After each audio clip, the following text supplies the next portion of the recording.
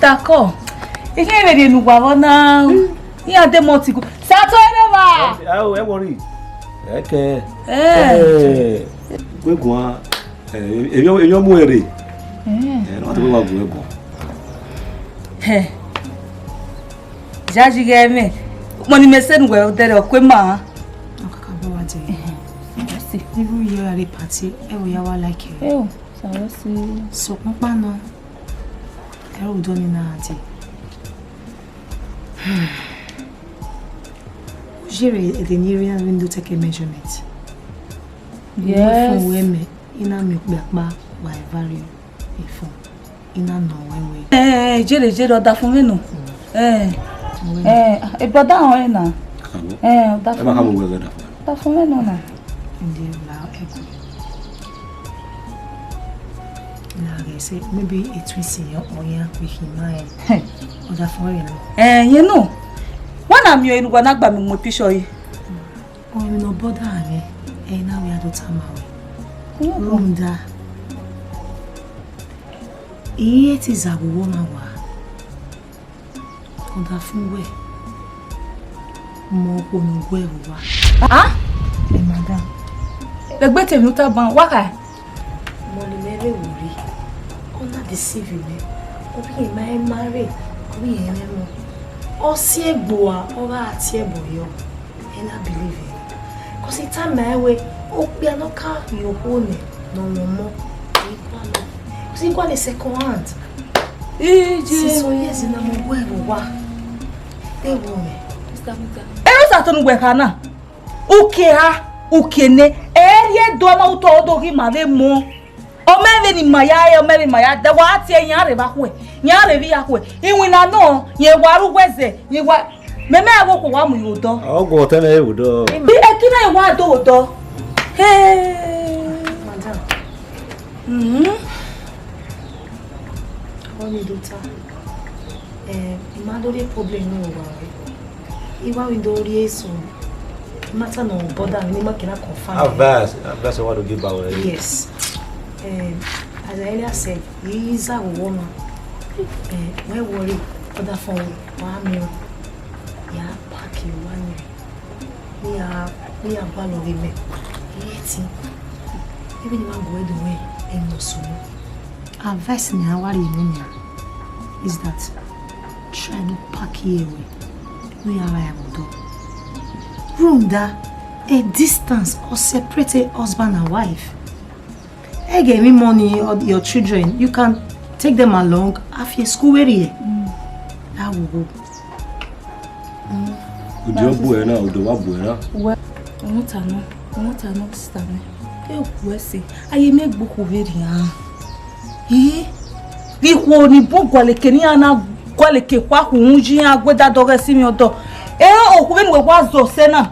Una wa do bo mi adi ogwa Re ma jire gbe. Wa ma brother. Me we keru duna ime mi we mi ege area boss awo na we ave we yen no ime mi obo we be na uwa omo no ma okun. What about wa no kaize mu egbe do ari wo re. O de wa pata o no ro. Na o te. Brother what na ma me. Akwa kwe na ime kian ibu ekian.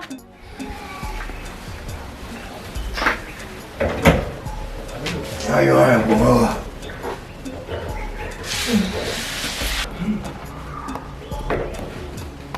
No. Mami o eri ade. Wasunu. Ai la cap. Oh, no. You ready moves la. Mami o eri ade o we. Why like this? You know to wa o me. Wa dan o tún wá ti deceive me. Ni oba lo me sha. Why do waste time me with wa na? Ye me wa kena. Egbere ena. Ya wa pa. Ore I'm leaving. E we do. Mama ka wa mu wa. Wa ya ikodo ya mo wa se. Aka ma go bi ene. Nume na yo ri yan wa ya we se kan aju mare. No. Wa. E won gbon ta. Owo na ta ma balance. I come a balance now. I come a be. Come and be good. Me akpa me na. Akpa. We gbe ni aye mehe. La. What's he akpa? Wa akpa you must know. If I'm leaving, she's living with me. So what's he na so tell me aye. Ni mo no try no here. What 20 dinners? It's up to you no dey wana. Ni me we adi you bone pe. La na. Aye ngalumo ki me wa akpa na. Ebe we tell aja wo numa. Don't okay, ask God why. O kon wa le do ele ba no wa. O ma le wo we ginu ania. Do the ane bi ne woman when I body woman. Why share kre na? La mama la. Mama. Did you know ya wa wo kan wa ya wa stay ku gbe no do a shot. Ya ri ari obone wa so kere o. Ya le vai. Doriat. My surprise. Wow, the family. O to no gbase o ye togi. We na mona muria. We go to wepa. Everything accumulated. Oh man, please. Accumulated. Not you. You are the worried, Okay. in that moment. You know that for me away. Look about it. Or you own it, or matter money. Hey! Jesus. Hey! On me mother do, my vitamine. Oh no, what deceiving eh? Oh now wasted time in na wa lile azuri ma. Ilo gbe na. Me wa ilo eh. Me we ni kin wa digole so wa gago vozi. Iko ke wa do me kifis. Je me o egbe na. Eu. Yi akweni lodo wa me ma la yeje. Duda ya wa ona do wa me ma na. Ona criminal do wa me ma na. I would disqualify him. I would give it him. Our madam request any dossier yakwa. Oh, la kuti calculated. Yeah. I get back be. Yeah. Get it me. Okay. The name the kuya. Kometa we in keri mi akba. Cause e wana o kan mene. Oh. We me wa decide we me hiangi stay. Isha de no o. Sister mudane. What you giri ya? Who you advise me I second wife ya. Who you come me on piano cabinet. Oh no, one. Only with me mena. Only. Really ya be love go no ya wo. Ona ke ma ta se do, ona ke do gbara Kaduna, ona se Sokoto, ona se Ghana, ona se Calabar. Ibegwa oni sweetie, ini sweetie. Oh c'est moi on doit faire une ride d'affaires. Où donner? Wow, my sister. You me atamba we. Wana okhane. I just have to move forward because he can't do I wasted time here. Even if we time away, you know remind me. Any moment from now, I'm leaving. Who will kick me akba? Me akba me man we pass him I mo kekere mo we kakba. Heja. Weja. It's our moment. Let me go. Let me go out there cold my brain. Let me go out there go agbele bi ogani. Let me go out there cold my brain. It's a pity. Sorry. It's husbandless. You're husbandless now. Bebe maso, we manage your word. Where modo? My wose. My wose. When you disqualify me. Hey, when you disqualify me now.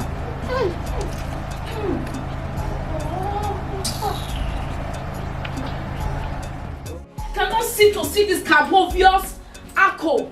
My baby, your brother is an accurate human being. Amen. He's a obvious and a wegbe curiosis. In Jesus' name. Lao nya se lao. Well, Ekpa.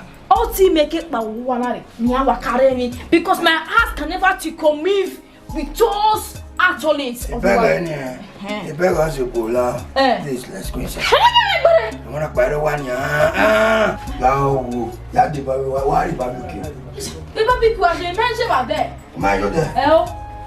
Send me a boy. Barbecue. Oh, the barbecue we are with me out here where I am in me. I cannot complicate with you. No. A book power walking, every milk by a sofa. Oh, we may talk with me a barbecue. A mark baby who want me. I won't go. People be cracking us. People be cracking us with that bossy. Papa, move your people. He require fuel. Mutana mama, uzosagmo. Ini ni se ni mata que na me na bi. Amunza. Oh, ma ngwa tu na kede so mama. Hey. Kwele wakba. Na ngara pa we ro kwa. Ige mu ku pa o. Hey. But the veins not tight. Jesus. Hey, wo. Very bad, cream inside the pillow with O. You are waiting. As if you come out there, ebo. Can I be well? My baby, you see your life. It's a man where you find that. Mule me. Don't. You're not so open. So where you open it, so I will not deal with you deceive me. Who don't deceive me? I'm going to mammy in right time. Okay, go because when we find that in there. How are you sure we may ugly picture? Rather, we're sure we will not go one and only do we astray now. The funny show because it wow, he got me a picture my way. Imagine a way that would be a possible. Anaki! On our way. Lakia, the way. Yay, there's no saying here to our talo. Yes. Don't tell me that rubbish. Please, because Nancy or me look at your boy one. Agua, yes, the quantity out. Tama, yes, the quantity out. Yeah, back where the mistake has already been made. And there are also room for corrections. The mistake in IT corrected. You see, it get me sent on your boat. I take care of the 2 wives without working on a problem. God forbid. Me second wife. Anyone zogo say. Me my second wife. I reject that statement from you. Hey, you never hear a little bit hello. Ya Allah, one ya rele, ni here. Ya we on ya second. We don't pay for it. And ya you are blocking it. Wow, regret it. No sense.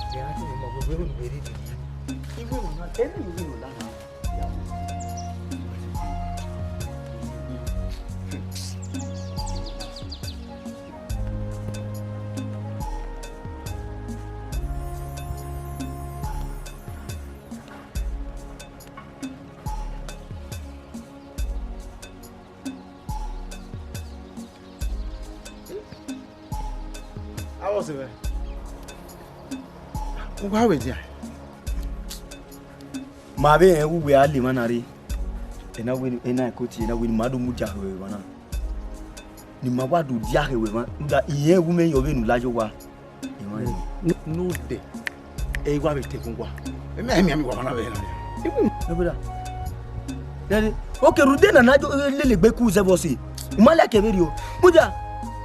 Where were Ajima Wina? Uliekima Uyarigo. Oh, we hate and make money my pain ever since. If you come with my understanding now.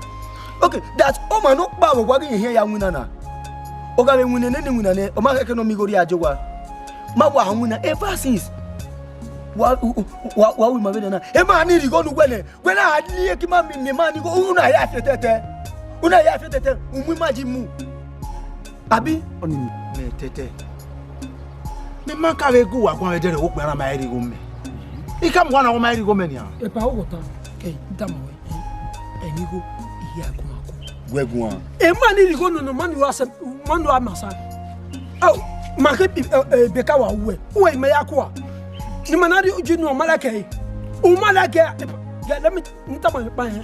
O rede mu me. I go iya go mako. Aya me yaku. As I respect you, not like him. You know like him? Brother, you met him away. I didn't want someone win away. Nagasa. Hey, Joe. Hey. No, Yagime. Let me tell you one thing. The only language I will understand now is my money. Why are you running me? A friendship in my way continue. A problem. They are. You know better now. I have more again. I mean, no repel. Even I hear this says on my wife. Damn, you can make it. Open my go me. They told you go me. You go. You do how was that? That me go now. We no jina. You know what? You come with me. You better give me my money because I sweat for it. Go. You go no me. Manade ni ma. Na do me wo do says on me we. You go here go maku. Hey, I give you nothing tomorrow morning. 24 hours. Umanari go with me. The end part will not be sweet. The one. Okay. Malake. Egi ko na season na we. Equally go. You know kai. We no dey kai. Umana be no kai. Enu bi me wo take it. Maudu amusa. Pe no wo ko manari.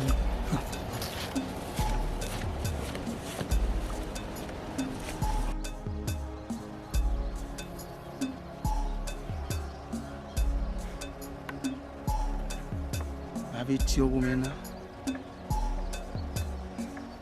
Igu no okwana mari me. Okay na do threaten me. Huh? Ini mana mi go ni ni abana. Ni atene se ti we no ma no we gbe ba.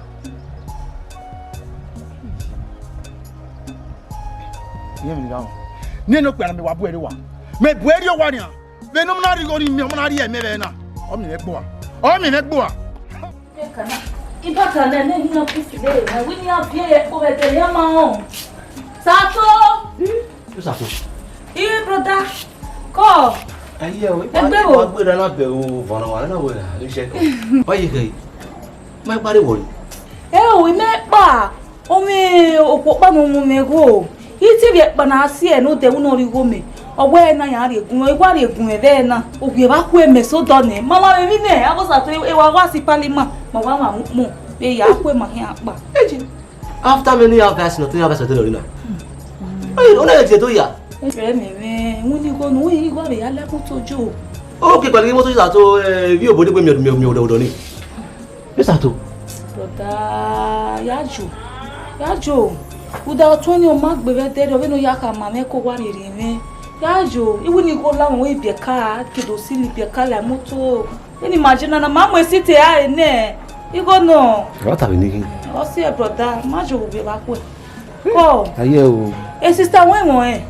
Ọtẹlẹ kọlu mi no de kọlu mi yes no to kọlu mi o e gwa no de o ye para o da ko mi amu wa ne o wo de ba ni o ya mo wa ne Ayé o tún ni máa gbé stani ayé mi gboko veri o ni a broda e do na ayé mi gboko veri o e gesi na igwa mi lege na ogutu gwa wota fún we kwa ruo gwa o hu we na ti ayen to ta ile ita ayé mi gboko veri o ni broda mama no we no gene mata ta fu we ni if not ya abule gbe na wa na egun a e ro e ko you understand Brother. Wa oro egbe ni we.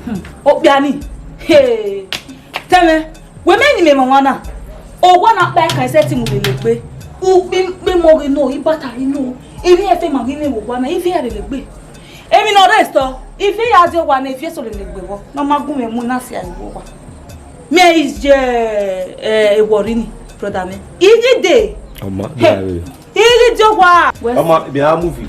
Wo lo re akin o da ta. Iya o bi ba ku e. Me so to ni. Brother ko we si. We si wa ye mo tun etu me. Come we si wuti wa digwe o we si re. No wala we si. Ko brother. We are dova, wa bi je dova o. Ko. Awo sato.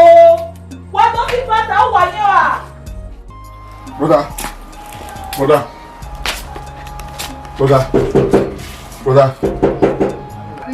Brother, maintenant. Brother. Ça va. Brother. Oui. O kàn passe mi ayi. Ah? O kàn passe mi ayi. O ku we. Opa. Dino ki wo. Mo ro wa. Wa wo gbare. Mo ro gbare wo re. Opa. Ugbe ya. Ima gbe. Ike wa so wa. Ono wa re mi ya fe do wa ne. Ono wa pari wa re. Osu nu do mu e mu wa kan ne. Mi ma egbe o wa go ti yin ni wi kan do mi re do. Go po wo ki mo je re do. But then I give up by do you give me ya yin. Salon. Mema kaka mwewe amu ohun gbo tora no ma o ma rojo pa. Utama re. O ma isunu nenia. Utama re. Ha? Utama. Why we ni na? Emi ra ma mi ka won iwo do le mi ari o wa e ma ja yin yan. Ni me leluwe. Iyo we ra o. Ya go papa house. Ni ya yin mi ana mi. Iyo we ra. Me leluwe ya yin. La o. Salon. Ẹ̀hún lánì ẹ̀hún ọ̀lánì wòlísàn ẹ̀yìn lọ. Mẹ́wàá kàkà máa wọ́n wẹ́ mọ́kò náà rẹ̀ ọmọ mi náà yẹ omi ẹ̀rẹ̀ mọ̀ bọ́ a ní mẹ́lẹ́lúwẹ̀ yà ẹ̀yìn náà dọ́ àláwà ọ̀làwà tí ó láwọ́ wà lè gbé àrẹ pèsè ní. Ó lọ́wọ́ pàṣẹ mi àbílẹ̀. Ìyá mi wọn náà gbọ́ wọn rí náà yé o. Iye ó dá wa pa wọ́n tó àdó yahoo.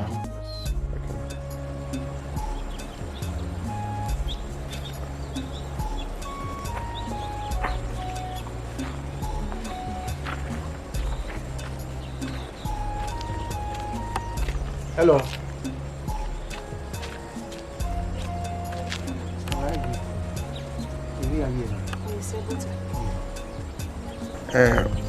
La web go, area one over here, get set and way, work with me, man. And the beef you will win highway. If I need how in a man where this could be the woman you've been looking for, or you haven't the people who didn't do excuse you. Just like that? No. You see, my dear, it's pretty why I agree with your word. I understand. If how in a man where who me away. Who want me, Baba? Who want develop interest in me? I don't get that. Why is here? It's pretty why I agree to how my work way me go. That's funny. So, I work Basina. Maybe. Make a beer. Come on now. We know me now. Emoku Kawari on Yakabo. I understand. But my memoku is there. Why here? When I do way or in the spiritual I agree with. One year in the spiritual I agree with. Or you know soon one number. Then what would I speak to him? I know. Where we're not here. Lele. I understand. Then what we say now? Marry who where marry be. In fact, am I telling me making away do hockey mediocre? Oh, mediocre, but I'm done ya dekun. or see. But all working you look guy. You know, there's something different in you. Wow.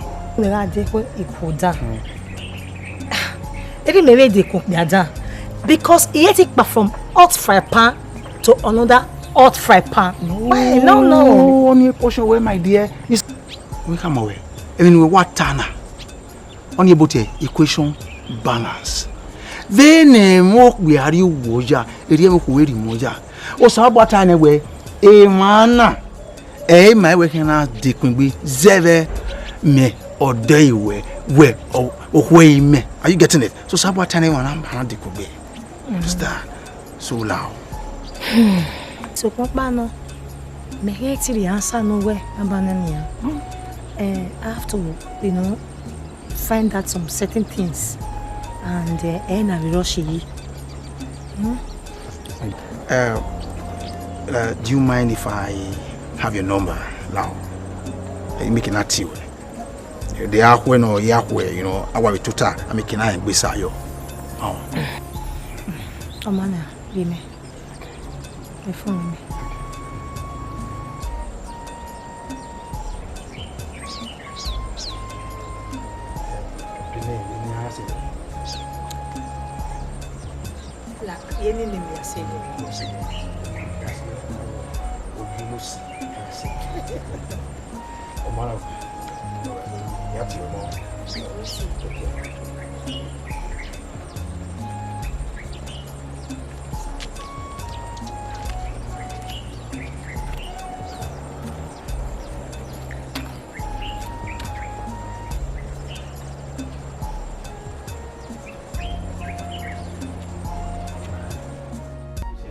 Which one? What we say? Hey. When I were there, a worry, what don't win a worry. When I'm more you were. Ekinu do a worry. Irene. Idota. You do a worry, no what camp or no one you will not see my way. Oh, what bouquet have a worry? Who make how what a real do? You may to more you want. Ona kinwe watu mina ogoda kwa winawe worry awinawe worry me abuza ogwado bitan kapo ko mujuba o manu emi na mule ya fefe na gwete mule no me ife ni na me mari ene we wogwa mare ni madoto iwa doto taze mari edo maya ife le kokko bi ari edo abi akedo de maya ife le ade ime doto ta ke were worry mare mana. Don't want to wear tamo, don't wear collie with candy. Hey, he can be calling when he can't. He can be calling it, he can be ado what that from a worry. What in not calling where? He had to call you where? Problem is, in no row you are to go in. What on no row on it? Oh, what one? What on you? Oh, what? Uma when you get my body. He, I get it back. What in here take back? What over there? Oh, bana. So, he bad me, I because what that me na hino, now what that me, or what that me na hina. So, he made do dear, Marie, you were over. He made do dear, you man do. Me, ma, no bought you or Finan with Nana Nibalaka. Hey, me, ma, not you a housewife now, the one I'm anyway. He make you over Kungwena. Make you housewife. No banyo be housewife. Oh, my work for law. Oh, what for moving la pa. They are the middle, you are walk. We are your dormant, all the dormant. They don't do. Oh, the funky woman, the thing what they don't do.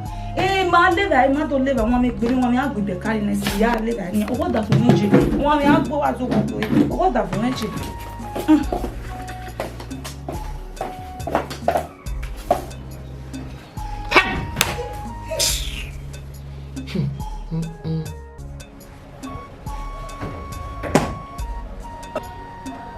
Merci, ouais, ya Marie. Encore. Talent petit soupe. Là, je peux nous dire. What did we know? I'm with Belena. Uba, ma de yo, me ma balance ya le se.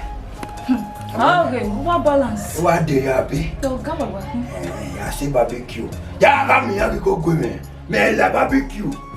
Mo le de no se me money dey. Ya se barbecue. Ekato. Yeah.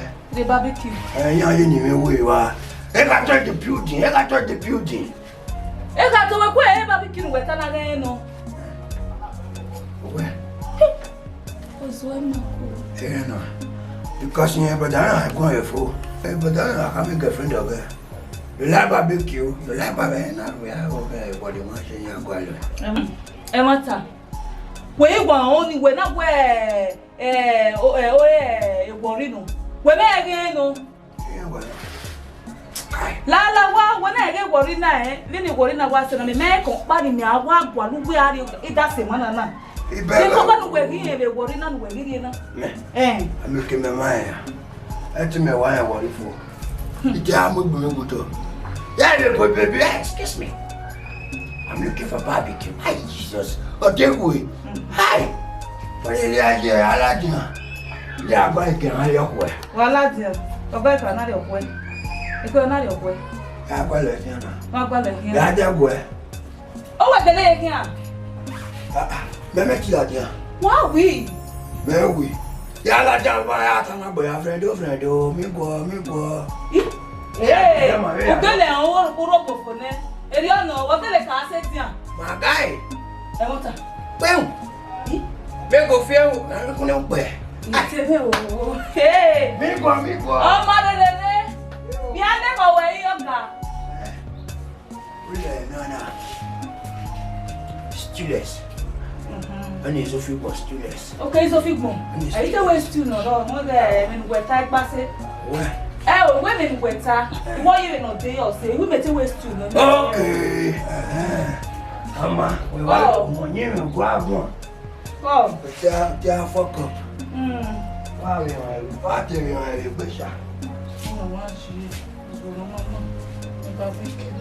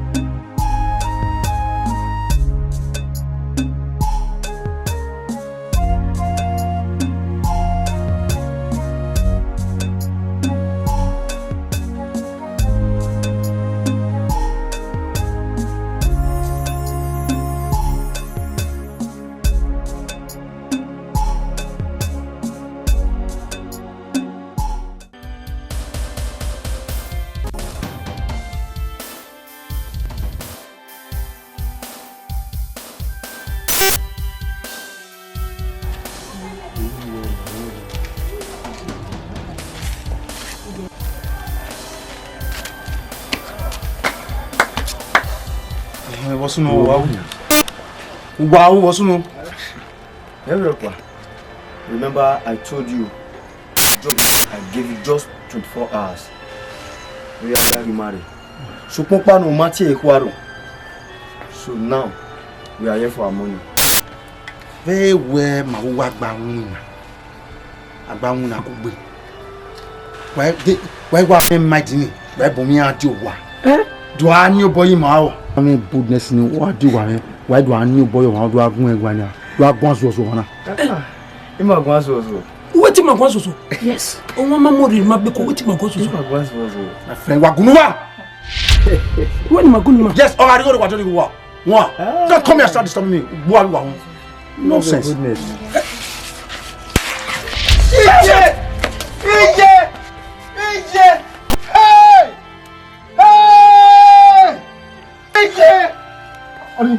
Honey, give me that. How? Yeah!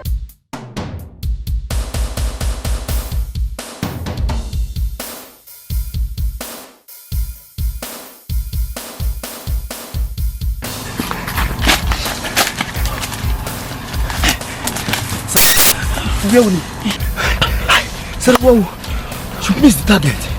Enemy, my work on your law. My. What can you say to woman? My work now. If I want me 7 and more to boy if man now. More to boy if man now. Oh, was setting life at risk now. We got a trouble let away. Now I have the money. We come on when my day is trouble. What back can I say? Then I'm missing. Enemy, my work on your law. Me we are missing. But what me see to boy fear? No. What do we do now? We stay here.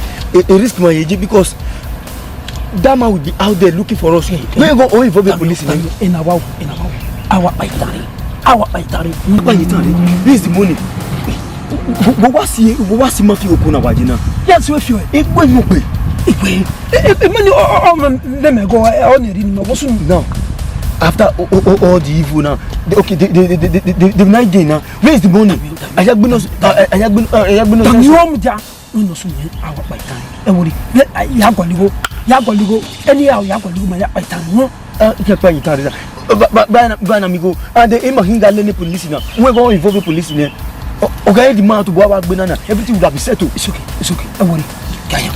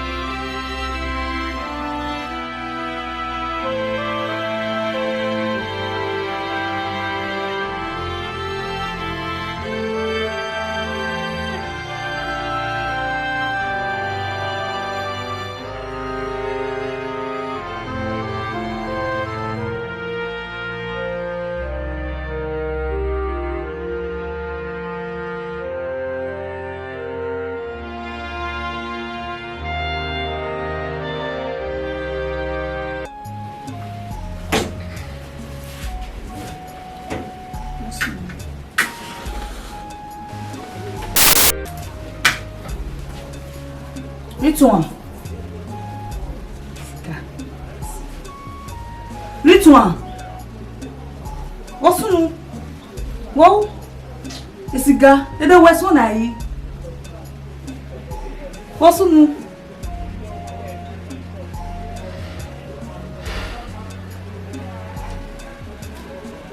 Gume gumegun. Litwan. E we me ku gun na wo sunu yi. Musi na ga bana wa gbe. Musi ni no baba na. Shocking. Wo.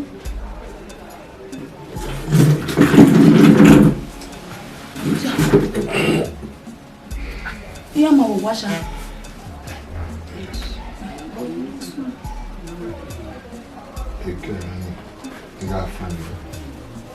Different way. Odogun egbon re to ni. Wọ́n sùn da kun ni. Wọ́n sọ ma ṣe ṣe wa gbo. E mota. Ju. Why asunu e? I want that someone. I don't know the moment. I will misunderstand with some words. So I am very angry. So I'm happy. Iya wa gbege ni ba. No, can't do Isalubwa. So they actually came for the man though, but I don't know what transpired. I don't know the big man. Chime o, very gay ni mase, very nice gay no wa mo se se. E mota. Àbí o da fún eni o wa un dan. Wa be gi mi pa o. Hey. Oh, ma wa da me o ni se. Hey. Ijimi.